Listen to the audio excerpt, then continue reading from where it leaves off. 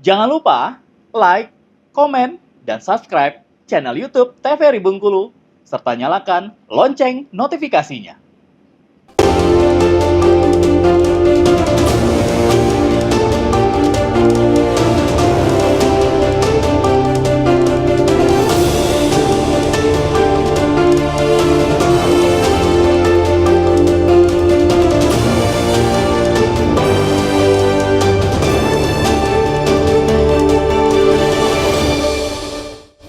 Terima kasih Anda kembali menyaksikan Berendo TVRI Bengkulu. Kita akan melanjutkan obrolan kita tadi. Kali ini masuk ke segmen 4 dan lebih serius ini ya Mas. Mengenai paham radikalisme ini saya ingin mengetahui mengenai analisa dari pers sendiri seperti apa ketika melakukan pemetaan. Kapan pihak-pihak radikal ini mulai blow up lagi, mulai menggoreng lagi, mulai memanaskan isu-isu radikal kembali, dan mitigasinya seperti apa Mas? Yang pertama, waktu Pilpres kemarin kan sempat muncul sebuah ungkapan, mengapa mereka diam? Gitu. Diam ini kan bisa jadi memang mereka benar-benar tiarap, karena nggak ada perintah, nggak ada komando, atau habis amunisi. Yang keduanya bisa jadi berpotensi mereka itu sedang menyusun kekuatan. Nah, cuma kan kita harus percaya pada fungsi intelijen negara kita, bahwa mereka nggak, intelijen kita kan ada BIN, ada BAIS, ada Baintelkam, Polri. Ya. Kemudian juga ya pastilah dari ormas-ormas lain yang cinta NKRI, pasti mereka punya peneliti-peneliti, BRIN, seperti BRIN kan ada peneliti, kampus-kampus yang fokus pada isu-isu radikalisme. Nah, kalau menurut saya ya itu tadi kemarin sempat muncul ungkapan seperti itu, diamnya mereka ini mengapa gitu. Tapi alhamdulillah sampai hari ini tidak ada ledakan. Karena itu mudah dibaca. Kalau kita sebagai pelaku pers tentu ketika ada sebuah peristiwa atau momentum kemudian muncul konfrontasi, kita udah bisa membaca ini. Oh, ini afiliasinya dari mana, tujuannya kemana, sejauh ini tidak ada. Nah, mari sama-sama kita tunggu gitu. Nah, sebenarnya ini benar-benar memang sudah cerai berai atau memang sedang menghimpun kekuatan menyiapkan serangan balasan, karena saya pikir ini kadang tidak hanya berkaitan dengan soal politik lokal, kadang ini juga harus berkenaan dengan politik internasional. Perubahan politik di Amerika, di mana Israel atau di mana lah, itu kadang juga berdampak pada isu-isu tadi dan pada pelaku-pelaku tadi. Karena kan saya pernah ikut sebuah pelatihan, bukan baca ya, itu bahwa gerakan-gerakan radikalisme di Indonesia ini punya korelasi dengan geopolitik internasional gitu. Artinya mereka ini tidak berdiri sendiri gitu. Ada jejaring yang mengaitkan mereka. Artinya ketika nggak ada komando ya mungkin mereka nggak melakukan itu. Artinya pas situasi politik internasionalnya belum ada perintah gitu. Bahwa kemudian itu masuknya lewat isu agama, ya itulah kecanggihan mereka bekerja gitu kan, memanfaatkan sentimen agama itu. Yang tujuan mereka kan misi mereka tercapai, misalnya buat kekacauan di negara kita, buat tokoh-tokoh tertentu ini supaya tidak ini kan segala macam, masuknya lewat isu. Karena kita nih kalau udah bicara agama itu kan ya paling mudah gitu. Kata orang tuh kalau mau cepat lari jualan apa? Jualan agama gitu. Kalau udah jualan agama itu, ngomong ya, pokoknya kayak gitulah.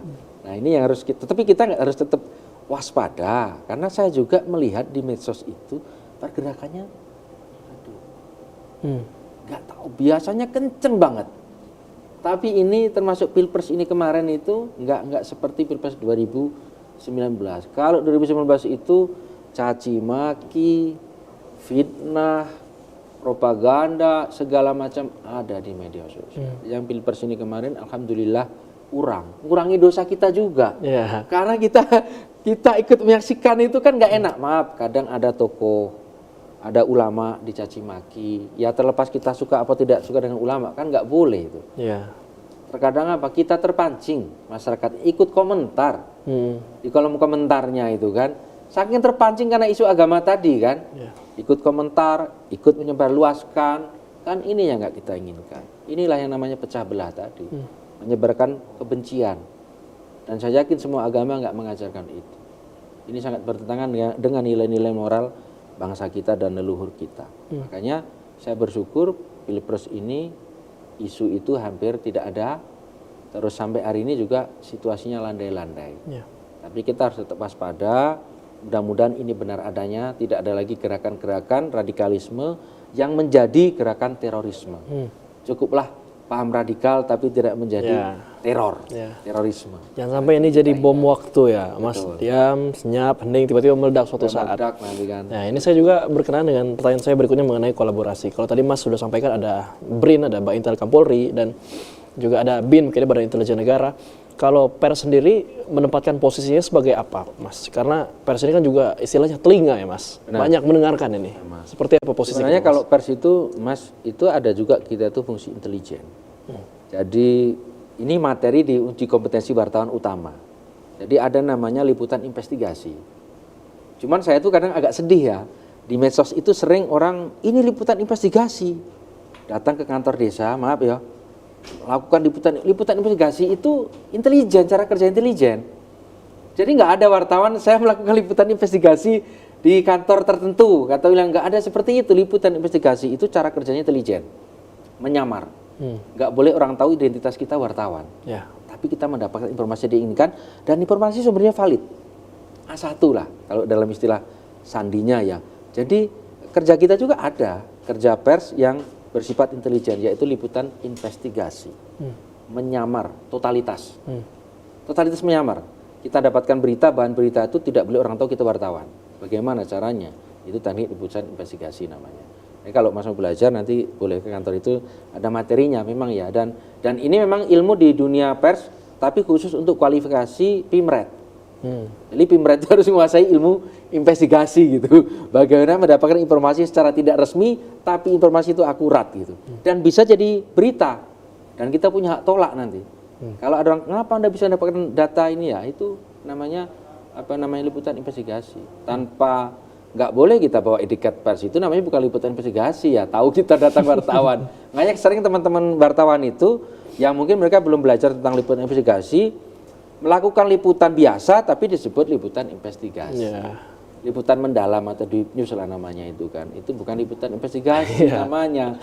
Liputan investigasi itu tuh harus intelijen bener gitu. Nah sama kayak polisi, kayak apalah namanya, intel mendapatkan data tanpa mengetahui kita itu intel. Betul. Ada dalam dunia jurnalistik. Makanya kalau belum tahu tentang profesi jurnalistik nggak usah terlalu sok tahu lah ya. Karena memang kita ini sama aja. Profesi jurnalis itu kalau didalami juga tanggung jawabnya besar. Ya. Karena menyangkut kerahasiaan tadi. Dan informasi ini hanya boleh dibuka untuk kepentingan masyarakat, bangsa dan negara. Ya, jadi memang pers ini juga merupakan pintu-pintu informasi ya, Mas. Benar. Oke, kita akan lanjutkan nanti obrolan menarik kita pada sore hari ini di segmen terakhir, nanti di segmen 5. Tetap bersama kami hanya di Berendo TVRI Bengkulu.